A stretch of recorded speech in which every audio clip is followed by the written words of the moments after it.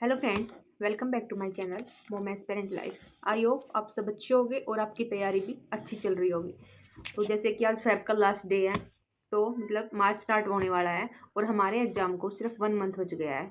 यानी आपके जो एचटेट का एग्ज़ाम होना है सिर्फ 1 मंथ ही मान के चलना। अप्रैल में एग्ज़ाम हमारा कंफर्म है, हो गया होगा, ठीक है। अब इससे ज़्यादा टाइम की उम्मीद मत करना और टाइम बढ़ना भी नहीं चाहिए, कि जो बच्चे तैयारी कर रहे होते हैं ना, फिर उनके ऊपर बिन बात का प्रेशर ही रहता है कि एग्जाम हो हा के हो, एक साइड हो, मतलब फ्री हो जाए हम इस एग्जाम से।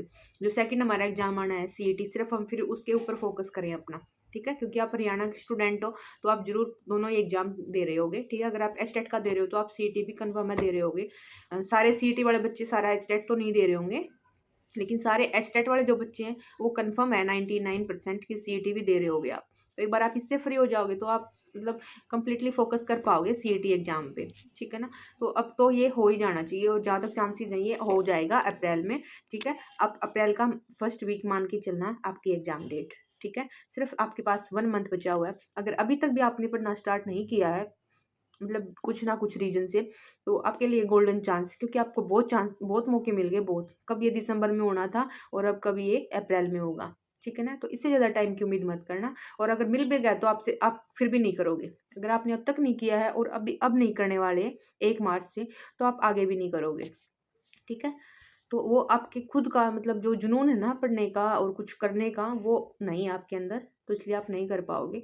तो कोशिश करो, अगर अभी तक भी थोड़ा किया है तो अभी टाइम है आपके पास, अभी उठो जागो और अपनी तैयारी को जोरों शोरों से करो, ठीक है। ये कोई बहाना नहीं है कि हाउसवाइफ हो तो टाइम नहीं मिल रहा, कोई टाइम वाली कोई बाउंडेशन नहीं होती हमारे ऊपर, हमें टाइम निकालना पड़ता है और आराम से हम निकाल भी सकते हैं। देते हैं एचटेट 2025 क्या है।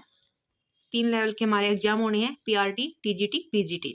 पीआरटी का हमारा सिलेबस क्या है? CDP 30 marks, English 15 marks, Hindi 15 marks, Haryana GK 10 marks, reasoning 10, math 10, EVS 30, math 30।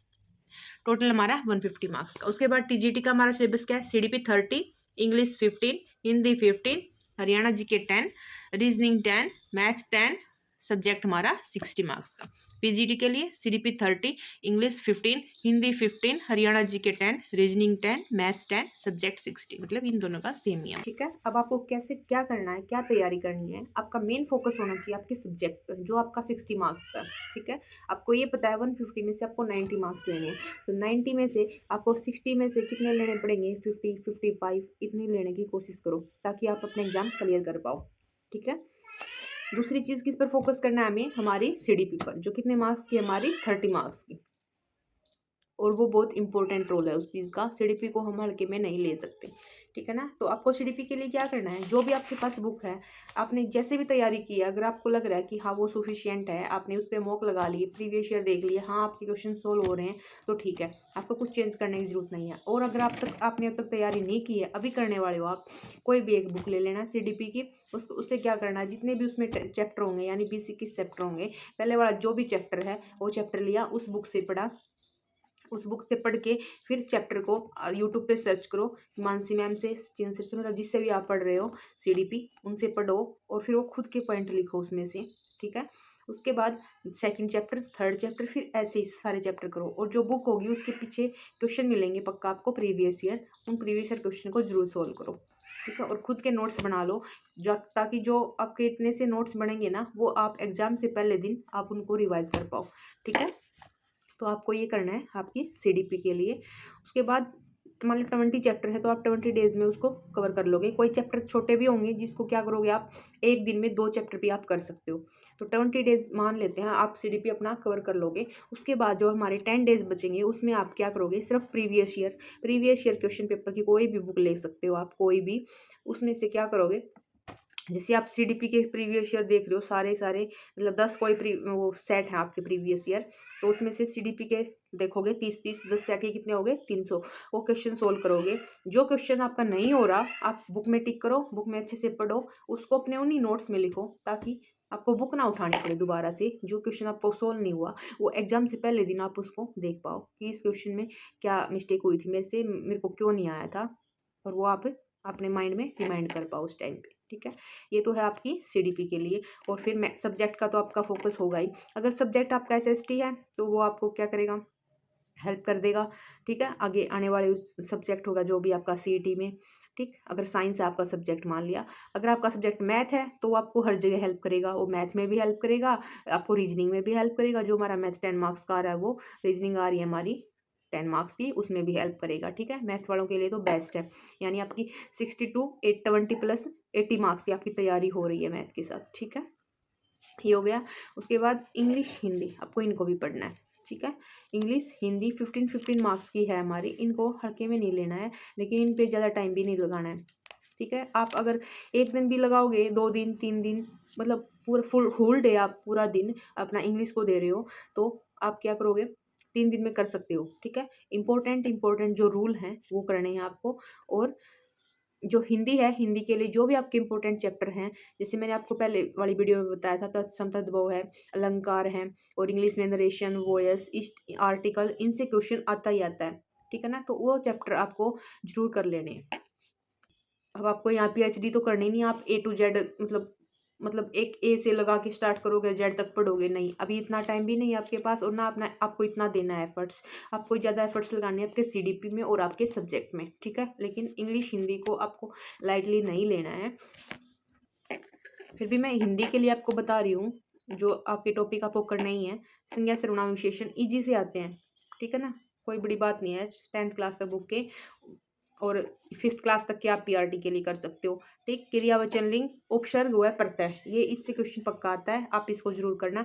सरल संयुक्त मिश्रित, इससे भी क्वेश्चन आता है। उसके बाद अलंकार संधि तत्सम तद्भव देशज व विदेशी शब्द, इनसे क्वेश्चन जरूर आता है। और एक टॉपिक हमारा समास का, तो ये चैप्टर आपको जरूर करने हैं हिंदी में। इंग्लिश में आर्टिकल बता दिया मैंने, मॉडल से, नरेशन और एडवर्ब एडजेक्टिव और वर्ब, इनसे टेंस और वॉइस।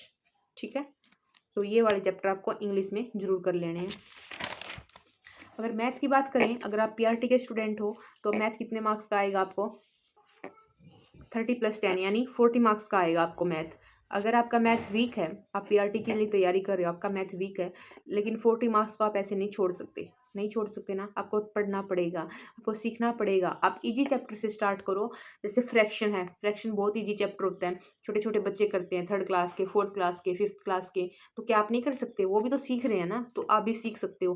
किसी भी चीज़ की मतलब ये नहीं है कि आप कोई चीज़ आपके लिए इम्पॉसिबल है, लेकिन आप अगर आपने एफर्ट्स लगाया, उस पर प्रैक्टिस की, तो आप वो कर पाओगे। ठीक है, जरूर करना अपना। ये चैप्टर है जो आपके important, number system, fraction, algebra, ratio proportion और प्रॉफिट लॉस। ठीक है, डेसिमल, डीआई से क्वेश्चन जरूर आता है, डीआई को मत छोड़ना। और एल से मैथ से भी क्वेश्चन जरूर आता है, परसेंटेज से क्वेश्चन जरूर आता है, एवरेज से आता है, प्रॉफिट लॉस से आता है, और discount, SI, CI, time work, time distance से कंफर्म क्वेश्चन आता है, बोर्ड स्ट्रीम से भी क्वेश्चन आता है। ठीक है, और जो टेबल ग्राफ वाले होते हैं, उनसे क्वेश्चन जरूर आता है। और छोटे छोटे फार्मूलेज होते हैं हमारे जो ज्योमेट्री में, ये रेक्टेंगल से रिलेटेड, सर्कल से रिलेटेड, सिलेंडर का वॉल्यूम क्या होता है, सरफेस एरिया क्या होता है, टोटल सरफेस एरिया क्या होता है। तो ये वाले क्वेश्चन है जो, ये सिर्फ आपको क्या करना होता है, वैल्यू दी होती है, बिल्कुल इजी क्वेश्चन होते हैं, वैल्यू दी होती है, सिर्फ उसको फॉर्मूले में पुट करना है। ठीक है, मतलब आपको फॉर्मूला याद होना चाहिए। ठीक, अगर आपका वीक सब्जेक्ट है और आपको डर लगता है, तो आप फॉर्मूले तो याद कर सकते हो ना, और वैल्यू उठाई, जो स्टेटमेंट में दी हुई हो फॉर्मूले में पुट कर दी। तो इस टाइप के इजी क्वेश्चन आते हैं। तो आप इस टाइप के जो फॉर्मूलेज हैं, उनको एक पेज पे जरूर लिखना। सारे फॉर्मूले 2 पेज पे आ जाएंगे आपके, और वो एग्जाम टाइम पे आपको बहुत हेल्प करेंगे। एग्जाम सेंटर में जाने से पहले अपने सारे फॉर्मूलेज को अच्छे से रिवाइज करना। ठीक है, सारा चीज़ बता दिया आपको क्या क्या करना है। आपके 2 सब्जेक्ट को आप मेन प्रायोरिटी पे रखोगे, अपने सब्जेक्ट को और अपनी सीडीपी को। ठीक है, इंग्लिश हिंदी के जो चैप्टर बताए गए आप उनको ध्यान देना, अच्छे से करना, और अपना प्रीवियस ईयर आप कोशिश करो कि 10 प्रैक्टिस सेट कम से कम लगा पाओ, यानी 300 क्वेश्चन आपके सीडीपी के हो जाएंगे। और आपके जो सब्जेक्ट है उसके तो कितने हो जाएंगे, 600 क्वेश्चन हो जाएंगे। जो क्वेश्चन आपको नहीं आ रहा, आपको दोबारा बुक उठाने की जरूरत नहीं पड़ेगी। आप बुक में टिक किया और उस बुक में से अपने नोट्स पे लिख लो, ताकि एग्जाम से पहले नोट पेज को अपने साथ रखो, आप उसको रिवाइज कर पाओ। तो ये थी हमारी आज स्टेट के लिए वीडियो, जो लास्ट 1 मंथ बचा हुआ है उसकी स्ट्रेटजी, और उसके लिए हमें कैसे तैयारी करनी है। आपको वीडियो कैसी लगी, आपको अच्छी लगी तो आप लाइक करना, और कमेंट में अपने सजेशन जरूर देना। Thank you so much for watching this video. Thank you.